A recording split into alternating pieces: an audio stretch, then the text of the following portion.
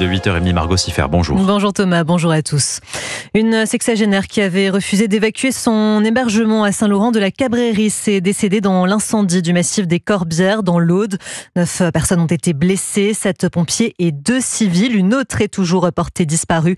Écoutez Xavier de Volontat, maire de cette commune la plus touchée par le sinistre, chez nos confrères de CNews. Sur notre commune, c'est que le feu est passé et a laissé un paysage de désastre, de catastrophe, avec 4 ou 5 maisons brûlées, plus de 30 voitures brûlées, une personne disparue qui malheureusement n'a pas voulu suivre les consignes de venir à la cellule qu'on avait mise pour recueillir les gens qui avaient des maisons près des flammes, mais surtout un paysage lunaire avec une commune qui a tout perdu. En 12 heures de temps, il reste quelques hectares verts sur la commune, ce sont les vignes, mais des vignerons qui sont catastrophés parce que les raisins qui sont encore verts ne pourront pas être vendangés parce que la fumée les a pollués. Xavier de Volontat, maire de Saint-Laurent de la Cabrairis, chez nos confrères de CNews. Et pour l'heure, le feu a déjà parcouru plus de 11 000 hectares de végétation sur 15 communes. Le bilan matériel très provisoire fait état de 25 habitations endommagées, d'une trentaine de véhicules calcinés et de 1500 foyers privés d'électricité. 1500 pompiers sont mobilisés. L'autoroute A9 entre Perpignan et Narbonne, toujours fermée dans les 2 sens de circulation. Pas de congé cet été pour François Bayrou. En pleine tourmente politique et en chute libre dans les sondages, le Premier ministre innove et se lance sur YouTube. C'est là qu'il expliquera chaque jour jusqu'en septembre les pistes du budget 2026. Objectif, convaincre les Français du bien fondé de ces mesures de redressement des finances publiques. Entre les efforts qu'on choisit et les sacrifices qu'on subit, c'est là qu'est aujourd'hui la question qui va se poser à chacun des Français. Et c'est pourquoi je voudrais, pendant les semaines qui viennent, échanger avec vous sur ce sujet, partager avec vous ce qu'on appelle les contraintes, c'est-à-dire la nécessité qui est devant nous, qui pèse sur nos épaules et que nous ne pouvons pas mettre de côté. Tous les responsables partent en vacances, bien méritées, ce que je ne ferai pas. Parce que les jours que nous allons vivre pendant ces semaines du mois d'août et du début du mois de septembre, ces jours sont absolument cruciaux. C'est le moment où tout va se jouer. François Bayrou, hier soir sur YouTube. Un homme interpellé est placé en garde à vue après avoir allumé sa cigarette avec la flamme du soldat inconnu sous l'Arc de Triomphe. Un geste indigne et misérable pour le ministre de l'Intérieur Bruno Retailleau. L'individu a été interpellé à Paris. Faire de la protection de l'enfance sa priorité absolue, c'est en tout cas le souhait du garde des Sceaux qui annonce la création d'une ordonnance de sûreté pour protéger les enfants d'un éventuel parent agresseur. Elle pourrait être prise par le procureur sur signalement et en cas de danger vraisemblable. Il faut en finir avec l'habitude de partager des clichés de vos enfants sur les réseaux sociaux.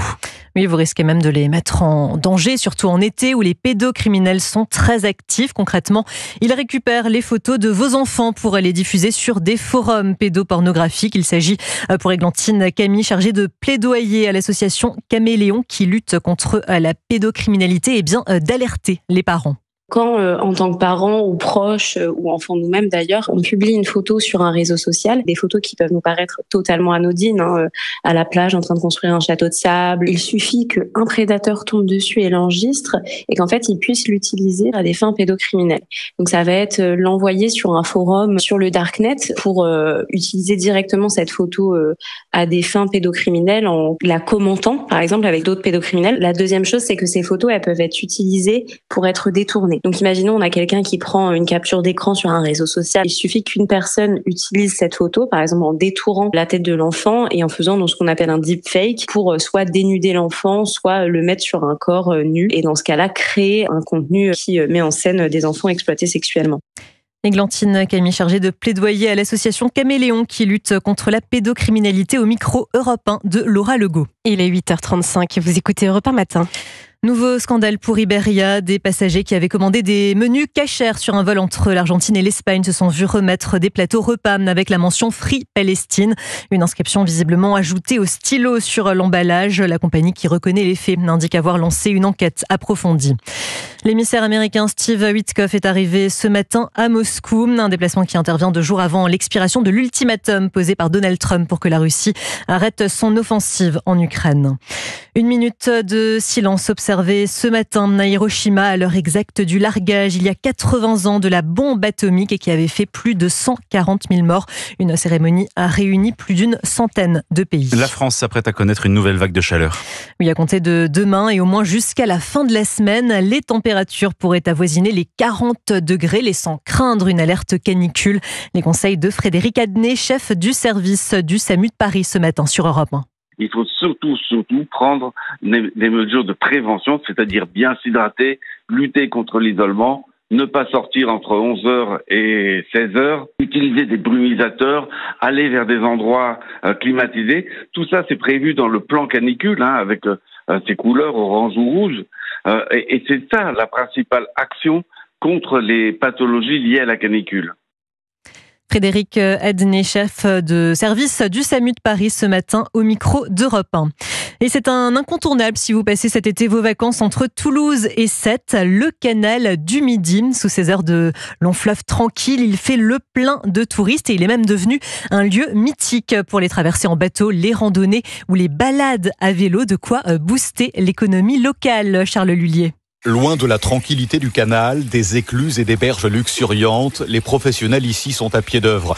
La société The Boat à Castelnaudary possède une flotte de 280 bateaux de location, donc Steve, le mécanicien, a du travail au bord de l'eau. On est en préparation pour le bateau qui part demain avec un client. Donc on va faire l'allumage du moteur et on va vérifier qu'on a tout le système qui marche bien. 10 000 bateaux naviguent ici chaque année, majoritairement l'été, et peuvent croiser les nombreux cyclistes comme Karine qui longe le canal. Là, je fais 180 km aujourd'hui. Ça fait plaisir d'éviter aussi les voitures. Là, j'ai fait un stop à Carcassonne. Il y a des guinguettes le long du canal régulièrement. Des guinguettes qui ne désemplissent pas. Bonjour, bienvenue. Vous avez une table pour 6 personnes. Leur activité ne dépend que du canal. Les clients, c'est surtout des cyclistes. Ils adorent le poisson, donc on propose des sèches, du loup. Donc c'est là qu'il faut que ça marche. Les 2 mois, ça représente 60 à 70% de chiffre d'affaires. Juillet et août. Une saison qui a bien commencé ici, même si les récents incendies dans la région ont provoqué une très légère baisse de la fréquentation. Le long du canal du Midi, Charles Lullier, Europe 1. Et enfin du sport avec d'abord du foot et Florian Thauvin, 32 ans, qui s'engage avec le Racing Club de Lens jusqu'en 2028. C'est le 3e champion du monde 2018 à retrouver après Paul Pogba et Olivier Giroud le championnat français. Et puis côté cyclisme, le Français Paul Lapéra remporte en force la 2e étape du Tour de Pologne. Il s'empare du même coup de la tête du classement général. Merci Margot, 8h38 sur Europe 1. La météo.